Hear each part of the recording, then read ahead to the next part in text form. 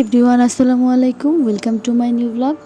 শুক্রবার মানেই আমার কাছে স্পেশাল কিছু, আর তাই সকাল সকাল উঠেই আমি বিরিয়ানি রান্নার প্রস্তুতি নিচ্ছিলাম। আর এই জন্যই আমি গরুর মাংস নিয়েছিলাম এবং তাতে সব ধরনের বাটা মশলা, গুঁড়া মশলা, আস্ত মশলা দিয়ে ভালোভাবে তেল দিয়ে ম্যারিনেট করে নিচ্ছিলাম। আর আমার মনে হয় বিরিয়ানি রান্নার ক্ষেত্রে এই ম্যারিনেশনটা খুব বেশি জরুরি, যেহেতু আমি হুট করে সিদ্ধান্ত নিয়েছি রান্নার। আর তাই আমি এটা বেশিক্ষণ ম্যারিনেট করে রাখতে পারিনি, মাত্র আধা ঘন্টা আমি ম্যারিনেট করে রেখেছিলাম। হাতে সময় থাকলে এটা সারা রাত ম্যারিনেট করে রাখলে সব থেকে ভালো হয়। মাংস ম্যারিনেট করে রাখার পর আমি চলে গিয়েছিলাম ডিমের কোরমার জন্য ডিমগুলো ভেজে নিতে। এই কোরমাটা এতটাই মজা হয় যে এটা সাদা ভাতের সাথে খেলেও খুবই খুবই খুবই মজা লাগে। এটা আমার 2 বছরের মেয়েও খুবই মজা করে খায়। আলহামদুলিল্লাহ, এটা ছোট বাচ্চাদের জন্য বেশ উপকারী, কারণ এটা বাদাম দিয়ে, দুধ দিয়ে তৈরি। দেখতে দেখতেই আমি সব ধরনের মশলা দিয়ে খুব ভালোভাবে কষিয়ে ডিমগুলো দিয়ে দিয়েছি। আর এটার গ্রেভি দেখলেই বোঝা যাচ্ছে কতটা ক্রিমি হয়েছে।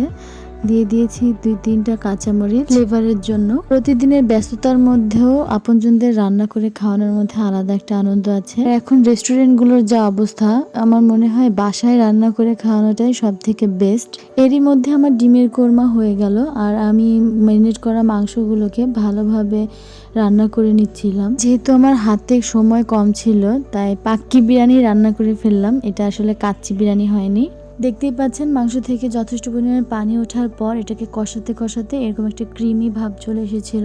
এই বিরিয়ানিটা রান্নার পরে আপনি বুঝতেই পারবেন না এটা কাচ্চি বিরিয়ানি নাকি পাকি বিরিয়ানি। আর নতুন রাঁধুনি হিসেবেও এটি রান্না করে আমি বাবার বাড়ি, শ্বশুর বাড়ি সব দিক থেকে খুব বেশি প্রশংসা পেয়েছিলাম। এভাবে রান্না করলে আমার মনে হয় রান্নার ক্ষেত্রে সময়টাও অনেক গুণ বেঁচে যায়। আচ্ছা, মাংসটা রান্না হয়ে গেলে আমি এর উপরে সেদ্ধ করে রাখা আমার যে রাইসটা ছিল ওটা দিয়ে দিচ্ছিলাম। আনফরচুনেটলি আমার রাইস সেদ্ধ করার ক্লিপসটা আসলে রেকর্ড হয়নি। এখানে আমি রাইসটা 80% সেদ্ধ করে নিয়েছিলাম। আর দেখুন রাইসগুলো এত সুন্দর ঝরঝরে হয়েছিল যে দেখেই বোঝা যাচ্ছে যে বিরিয়ানিটি অবশ্যই ভালো হবে। এখানে আমি আলুগুলো হাফ সেদ্ধ করে ভেজে একে একে বিছিয়ে দিচ্ছিলাম। বিরিয়ানি রান্না হবে অথচ সেখানে আলু থাকবে না, এটা আসলে চিন্তাও করা যায় না। কিন্তু আমার সাথে সবসময় এটাই হয় যে আমি আলু দিতে ভুলে যাই, আর তারপরে আমি আবার সেটাকে গুজামিল দেওয়ার জন্য আলু আবার সেদ্ধ করে ভেজে দিয়ে দিই। তারপর আমি একে একে গুঁড়া দুধ, কাজু বাদাম, বেরেস্তা, কিশমিশ, আলু বোখরা সবকিছুই আমি দিয়ে দিয়েছিলাম। আর এটা দেখতে দেখতে তো এখনো আমার জিভে আবার পানি চলে আসলো যে কখন আমি এই বিরিয়ানিটা আবার রান্না করে খাবো।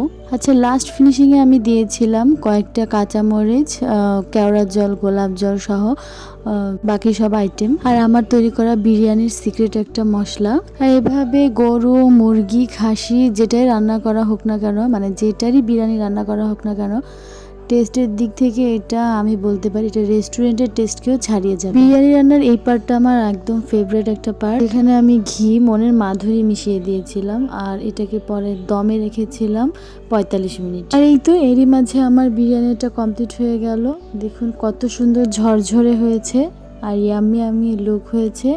আর এটা সুঘ্রাণের কথা কি বলবো, একদম পুরো সমস্ত ঘরটাই আমার সুঘ্রাণে ভরে গিয়েছিল। এই বিরিয়ানিটা আমার হাজবেন্ড, বোন, আসলে কার কথা আমি বাদ দিব, সবারই অনেক বেশি পছন্দের। আপনারা অবশ্যই বিরিয়ানিটা একবার ট্রাই করে দেখবেন। আর এখানে বিরিয়ানির সাথে খাওয়ার জন্য আমি কিছু টিকিয়া ভেজে নিচ্ছিলাম। এটাই ছিল আমার শুক্রবার দুপুরের lunch. Thank you for watching. টাটা এন্ড আল্লাহ হাফেজ।